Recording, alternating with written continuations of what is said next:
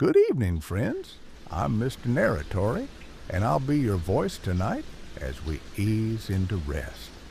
If these videos help you unwind, take a moment to like and subscribe. It really supports the channel. And I'd love to know, where in the world are you listening from, and what time is it for you right now? Drop it in the comments below. Now, get comfortable. Close your eyes if you'd like, because it's time for tonight's story. I took the job because I was broke.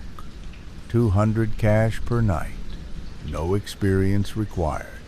No forms, no ID, just a name and a signature on a handwritten piece of paper that smelled like damp earth. You'll be night watch, the guy said.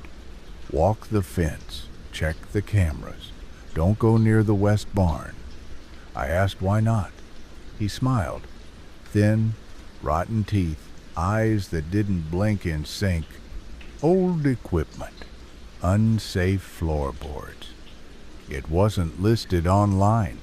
I found it pinned to a corkboard at a gas station 2 towns back. The ad was printed on yellowed paper, like it had been hanging there for years. Meat processing facility. Night watch. Quiet work. Meals included. No questions, no fuss. I should have asked questions. The farm was deep backcountry. No paved road, no neighbors. Just a thin dirt path swallowed by trees and silos leaning like they'd given up holding secrets. The farmhouse was dead quiet when I arrived. A single light bulb on the porch. No one inside. Just a key under a blood-stained boot mat, taped to a note, "Clock in at dusk. Lock the gates.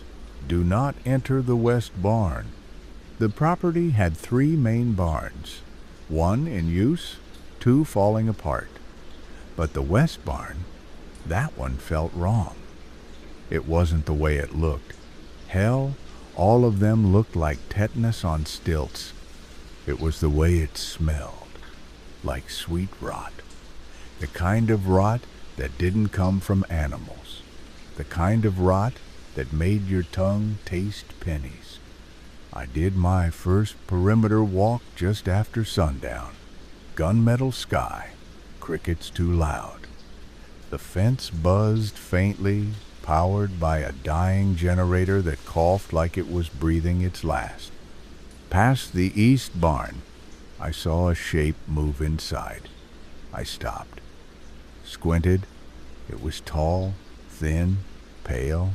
A person? No, too still, just standing there, facing the corner like a kid in timeout. I radioed it in. Static. No answer. Didn't push it. Finished the walk, locked the gates, checked the cams. 8 monitors in the back room. 7 were black and white. 1 had red tones, grainy like an old VHS. That one? It was aimed inside the west barn, and every few minutes it flickered, like something was crawling in front of the lens. I didn't sleep that night. Every creak in the farmhouse sounded like footsteps on the porch. Every gust of wind through the trees sounded like breathing. Just before sunrise, the front door creaked open on its own. Just a little, enough to whisper, "You're not alone." Morning brought no relief, no supervisors, no instructions. Just a tray of food left on the porch, still warm. Eggs, bread, meat, thick, red, not quite cooked. I didn't need it. Second night. Same route. Same camera flickers. But this time, when I passed the west barn, the door was open. Just a crack. And something was watching me through it. A single eye. No eyelid, No blink, no light, just a round, wet stare that followed me until I passed. I ran the rest of the route, locked myself in the farmhouse, watched the red cam all night. At 2:14 a.m., the screen cut out for 6 seconds. When it came back, there was something new. A smear across the lens, red, and behind it, a face. Not a mask, not a person, just skin, stretched across the frame like it had been pressed against the camera. Then it was gone. That morning there was another tray of food, this time with a note tucked under the plate. "You're adjusting well. Next week we'll show you the real work." The ink was smudged, but below the message, pressed into the paper, was a thumbprint, peeling, like it had been left by a hand that didn't belong to the body anymore. By the third night, I started leaving the lights on. All of them. Every bulb in the farmhouse. The perimeter floodlight. Even a flashlight duct taped to the porch railing.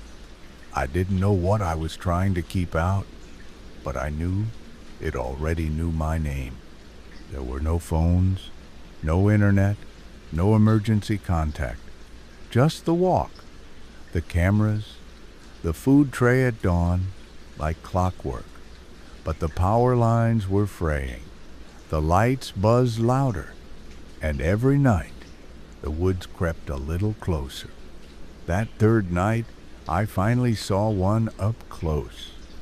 A walker. I was halfway through my perimeter loop, passing the open corral gate, when I heard it shuffling. Heavy footfalls, slow, measured, not dragging, but patterned. I stepped behind one of the silos and peeked. It was walking in a circle, naked, hairless. Its skin was pale, almost translucent under the moonlight, but the worst part was the way it moved, like it wasn't walking on instinct, but memory. Every footstep landed in the same patch of dirt. Over and over and over. I stepped out, slowly. My flashlight beam caught its back. It didn't flinch, didn't stop, just kept walking that same loop. When I got closer, I saw something written across its shoulders, carved into the skin in scabbing, raised letters, cleaned, pending. Its face was blank, lips sewn shut, eyes open, dry and cracked, but somehow focused, like it saw me without seeing me. I whispered, "Can you hear me?" It stopped. The breath caught in my throat. Then, without looking, it whispered through stitched lips, "Don't go under." I stumbled back. It didn't chase me, didn't turn, just resumed the loop, like it hadn't spoken, like it hadn't existed at all. I ran back to the farmhouse. The red camera was already on. Inside the west barn, something moved past the lens again. A hand, 5 fingers, skin loose and wrinkled, like it had been peeled and left too long in the sun. I watched the feed for hours. At 3:06 a.m., the camera glitched again. When it returned, the barn was empty, except for a chair facing the camera, and tied to it was a shape, not moving, not breathing, covered in plastic, a human-sized object with something scrawled across the chest in black ink. Not clean enough. Then the screen cut to static. That morning, no breakfast tray, no note, just a folded piece of butcher paper nailed to the front door with a rusted scalpel. Inside it, a tooth, still bloody, still warm, flat on one side, like it had been cut, not pulled. I almost threw it away until I saw the little carving etched into it. My initials. The fourth night, I couldn't sleep, not because of the noises outside, but because of the one under my bed. It started after midnight. A soft tapping, then dragging, then something like fingers brushing the wooden slats beneath me, slow and searching. I froze, listening. Then a whisper, still soft, still soft. I bolted up and turned on every light in the house. Nothing. No sign of forced entry. The locks were untouched. The front door still chained. But I swear I smelled something raw meat and bleach. And underneath it, something sour and old, like wet insulation. I tried the radio. Static. The red camera was dark. All night. That had never happened before. At dawn, the tray returned. This time with 2 plates.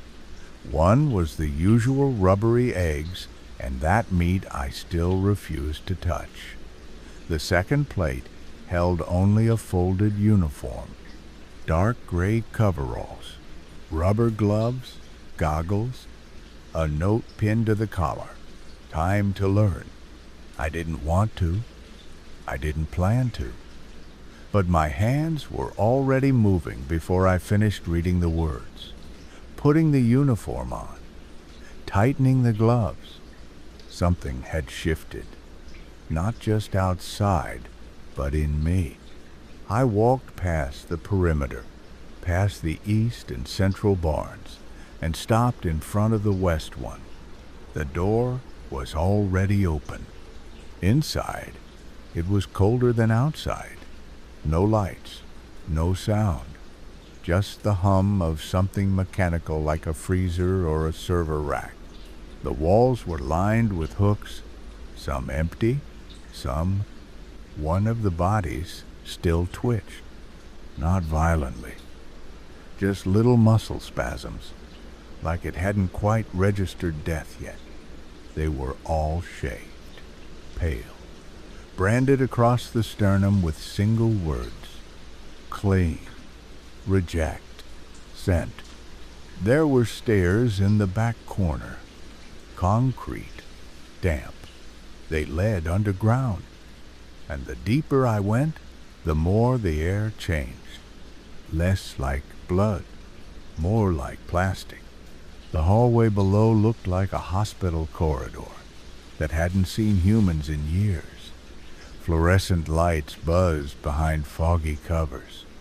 The walls pulsed slightly, not literally, but in the way heat moves off pavement. At the end of the hall, a steel door. Yellow hazard tape hung loosely from the edges. No lock, just a sign above it. Authorized Inspection Lab 4. Entry log. I pushed the door.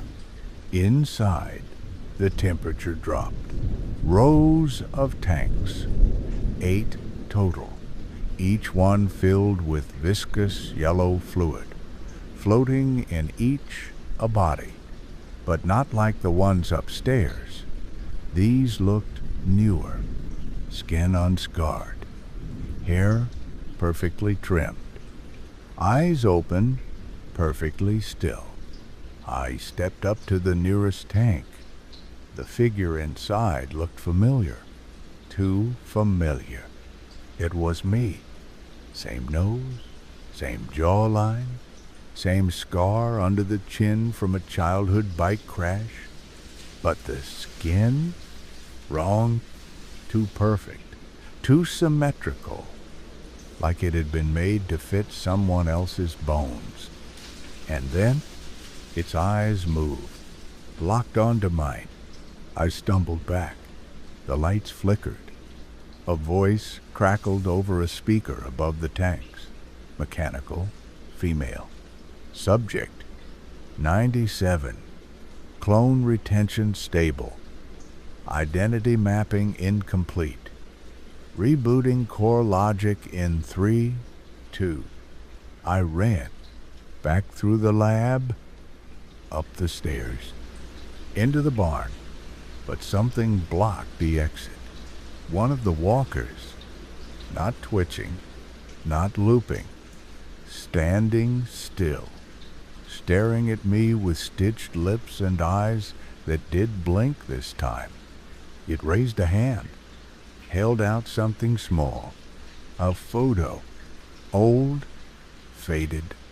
Me, standing in front of the barn on my first day, but behind me, blurred in the corner, was a second version of me, smiling, holding a scalpel. I took the photo. The walker dropped to its knees and whispered through broken thread, "They made you first. Now they're making you better." I left it kneeling there, didn't look back, didn't sleep that day. When the sun went down again, the lights wouldn't turn on. The camera room was dead. The red feed was gone. And in its place, a countdown. Inspection begins in 23点59分57秒. I didn't sleep. I sat in the control room and watched the numbers tick down on the screen. Inspection begins in 12, 44, 12. There were no other cameras, no other channels, just the countdown, centered on a black screen, pulsing with every second. I tried the radio, still dead. I opened every drawer in the farmhouse. No phone, no computer, no paperwork, just keys to a truck that wasn't outside, and a half-burned photograph of a group of people standing in front of the barn. Faces scratched out, except one, mine. But I'd never taken that photo. Not here, not anywhere. At 7 a.m., the countdown glitched, jumped ahead. 0点59分12秒, and the red camera flickered back to life. It was no longer facing the barn.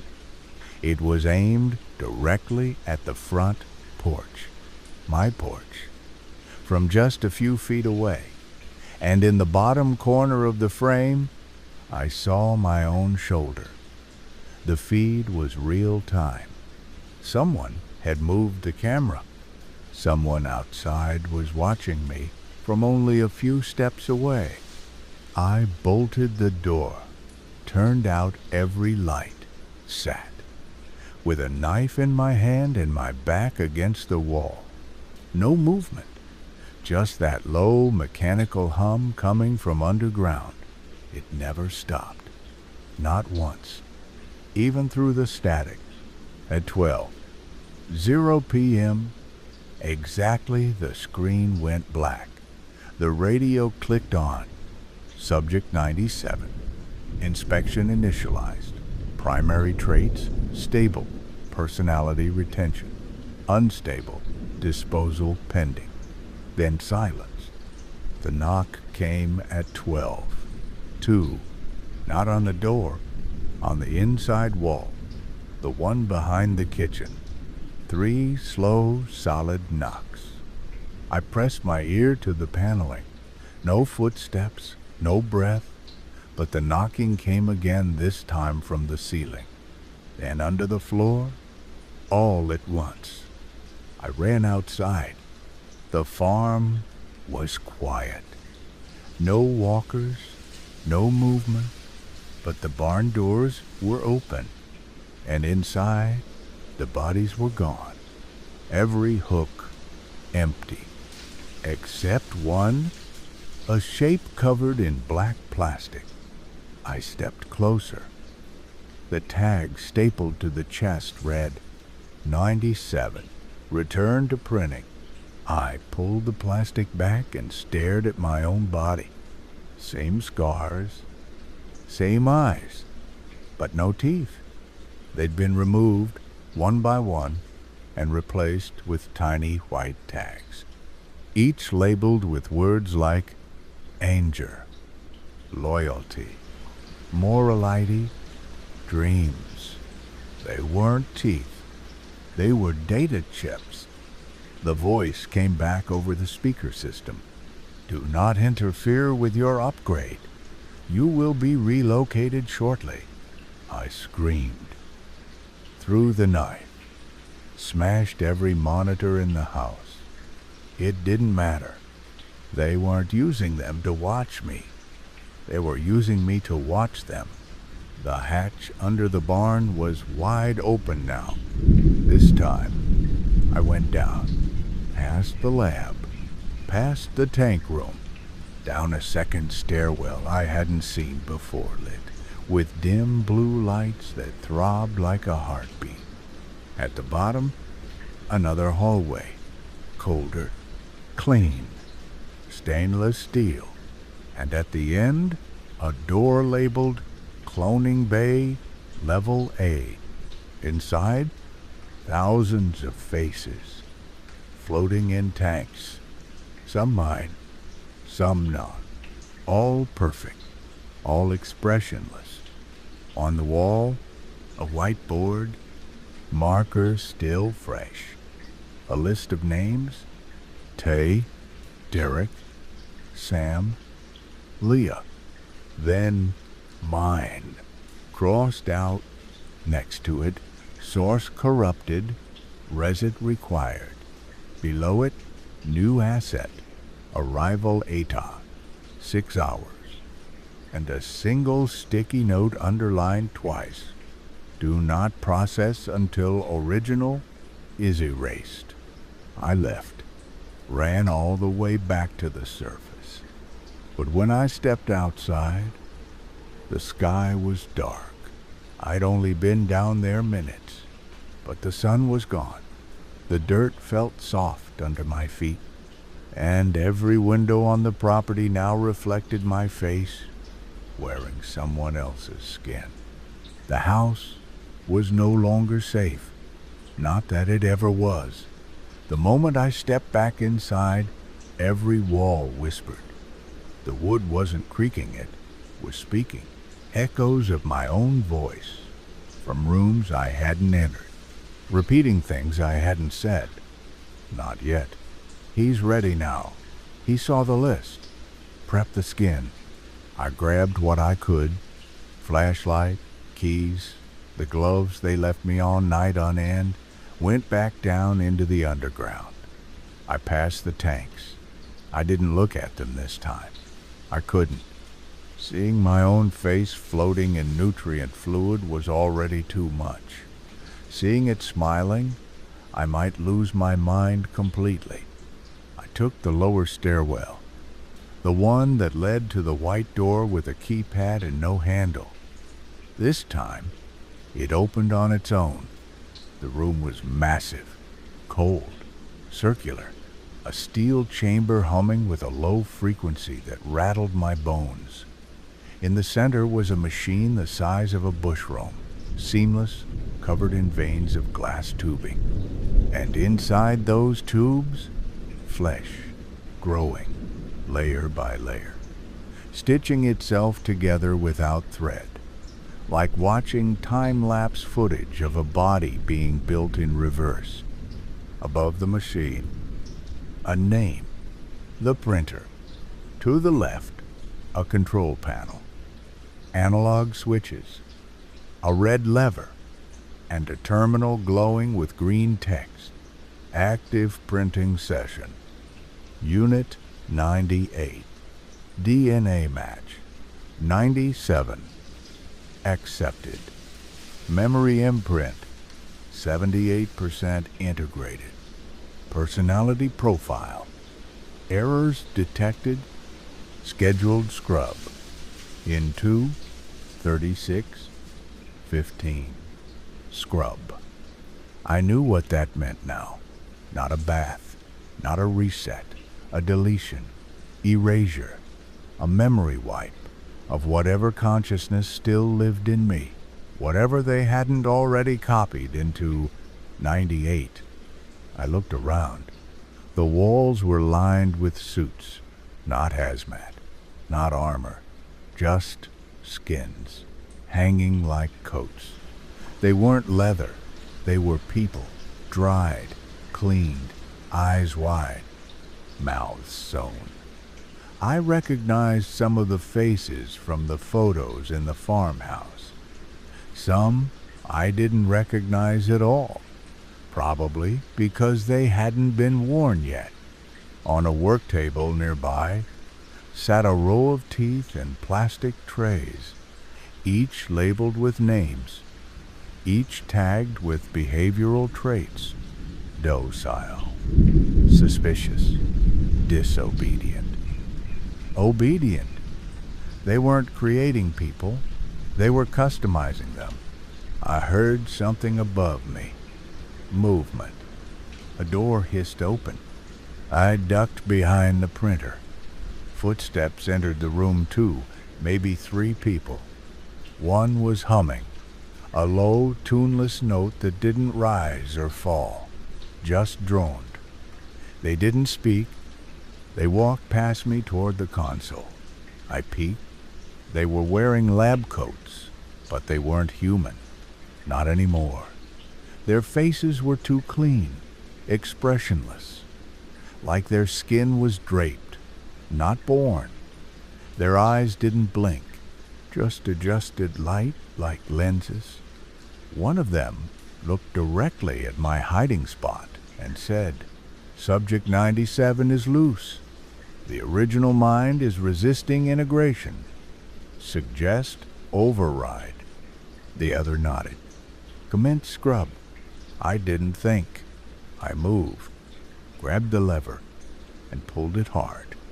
Alarm screamed. The printer hissed. Tubes burst. Flesh splattered across the steel. One of the workers shrieked, voice high and glitching, like a speaker cutting out. I ran until the hallway bent behind me, past the tanks, past the lab, up the stairs, out of the barn. The sun was rising again, but the light didn't feel right.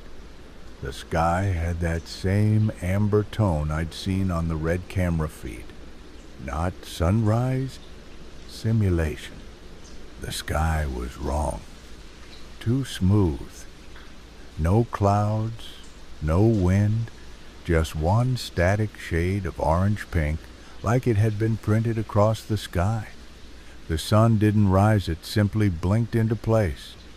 The trees around the barn didn't sway. I watched them for 5 full minutes. Not a single leaf moved. The bird song was on a loop. Same chirp, same rhythm. Every 15 seconds, repeat. This wasn't outside anymore. Somewhere in that lab they triggered a fallback environment. An artificial field meant to keep the product from knowing it had never left. I wasn't on the surface. I was still inside. I turned to run toward the truck. It was parked where it hadn't been before. Keys dangling in the ignition, waiting. I wasn't dumb enough to believe it was real, but I opened the door anyway. Inside was a mirror on the dashboard. A sticky note on the glass read, "Your face is walking around without you." Below that, scrawled in pen, "You'll be processed at sunset, unless the copy fails." I drove anyway. Even if it was fake, motion felt better than waiting. But the road didn't take me anywhere. It just looped. I passed the same bend, the same broken sign, the same patch of dried blood on the gravel over and over. After the 4th loop, the road disappeared completely. The world stopped rendering. Just trees in every direction, then blank fog like the edge of a game map. I got out, walked through the brush. At the edge of the fog was a small black door standing upright. No building, no wall, just a door. I opened it. Inside was the farmhouse. Same lights, same creaking floors. Only now the walls were pulsing, not figuratively, breathing slowly, like the entire structure was a lung. The radio clicked on. Subject 97. Your memory stream has been archived. Backup version 98. Deployed in Population Center. Your session is now concluded. Please return for dismantling. I turned off the radio. It turned back on. Please comply. You are not authorized to persist. Your presence is a contamination. Then I heard something upstairs. Footsteps, but not heavy. Not boots. Bare feet. Soft, wet. I crept up the stairs. Each step vibrated beneath me. At the end of the hall, the bedroom door was open. Inside, someone sat in the corner, knees pulled to their chest. I whispered, "Hello?" They turned their head. It was me, but younger, eyes wider, skin pale, thinner frame, my face but unsure, scared, like it hadn't been filled in all the way. They smiled. You didn't want to leave, remember? You just wanted out of that body. I backed away. The radio flared again. Subject 97 is non-compliant. Recall team dispatched. Outside, the sky dimmed, flickered like a bad bulb, and from the edge of the tree line, figures emerged, all in gray uniforms, all with my face.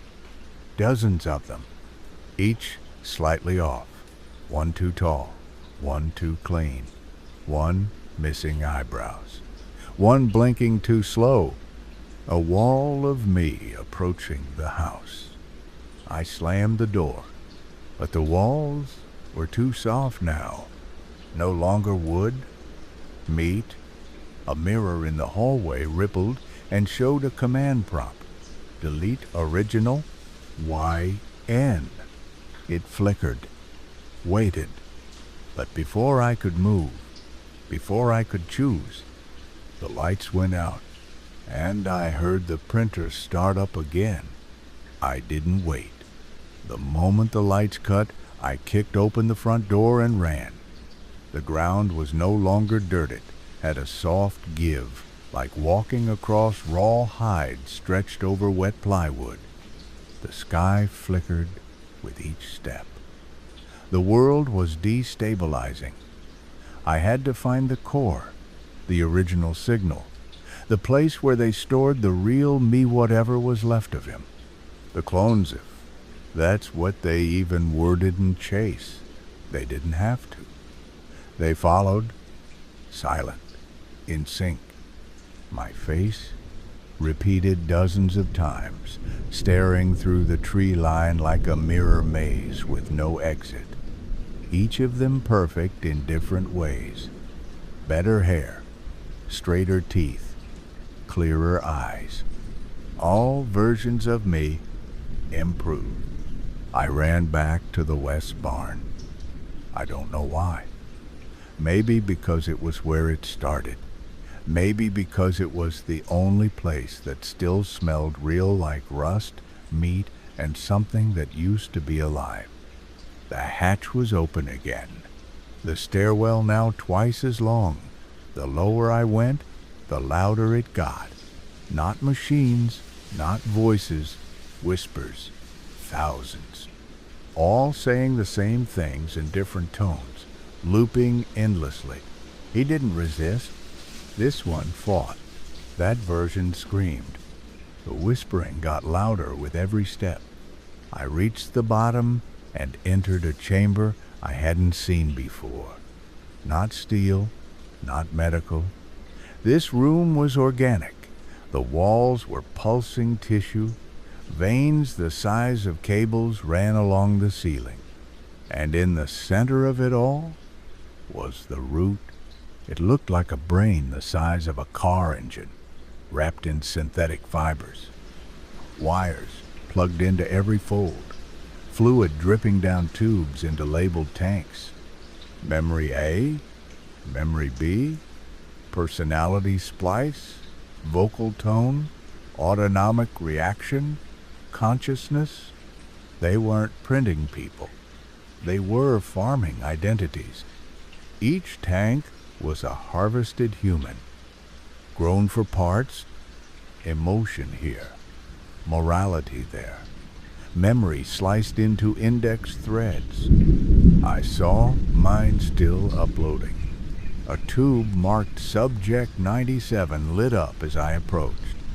Inside was a spool of black string thread, thin but pulsing like a heartbeat. Above it a warning. Upload 94% complete. Original still active. System compromised. A keyboard flickered to life beside the tank. 4 commands. Transfer remainder. Erase original. Initiate print. Corrupt memory stream. I stared. I could delete myself. I could complete the process. I could start it over with a new body. Cleaner, safer, smoother. But that wasn't me. That wasn't real. And for the first time since this nightmare began, I remembered something they hadn't taken. Choice. I selected corrupt memory stream. The moment I hit enter, alarm screamed. The entire chamber shook. Fluid boiled inside the tanks. The root pulsed violently seizure-like. Red lights exploded overhead. Clones above started to scream. The kind of scream that isn't pain or anger, it's confusion. The sound of losing your identity in pieces. I heard them collapsing one by one, piles of perfect flesh, hitting dirt like mannequins dropped from the sky. The speaker overhead cracked. The female voice struggled through static. System compromise. Print sequence aborted. Subject 97 unstable. Asset unusable. Then silence. The tanks shut down. The lights dimmed, and I stood in the heart of the skin farm, surrounded by copies of people I'd never meet, in bodies they'd never wear. But I was still here. The last one. The silence after the collapse wasn't peaceful. It was loud, thick, wrong, like the entire facility was holding its breath, waiting for something to wake up. The printer was dark, the tanks still. The whispering had stopped, but I could still hear one voice. Mine. Not from my throat, not in my head. From the room above. I climbed back up the stairwell. Slowly, each step softer now, like the ground was rotting beneath my feet. When I reached the top, the farmhouse was waiting for me. But something had changed. It wasn't breathing anymore. It was listening. The walls were still. The air didn't move. But I knew something was in there. I stepped inside and saw him, sitting in my chair, wearing my skin. Not a clone. Me? I knew it instantly. The eyes, the scar, the chipped canine, the posture. The only difference was the smile. Took you long enough, he said. I couldn't speak. He stood. You think you were the original? He asked. You're not. Neither am I. We're just echoes, forked copies that outlived their purpose. He stepped closer, but I remember everything. I remember the accident. I remember the first cut. I remember the job posting at the gas station. And I remember what we were running from. He held something out. A mirror. But the face looking back at me wasn't mine anymore. It had no eyes. Just black sockets where someone had dug too deep. My jaw had stitches. My skin had seams. My body was failing because without the stream, I was nothing, just meat with stolen memory. I backed away. He followed. The truth is, you were never meant to last. You were a prototype, a test batch, one of hundreds. But you fought.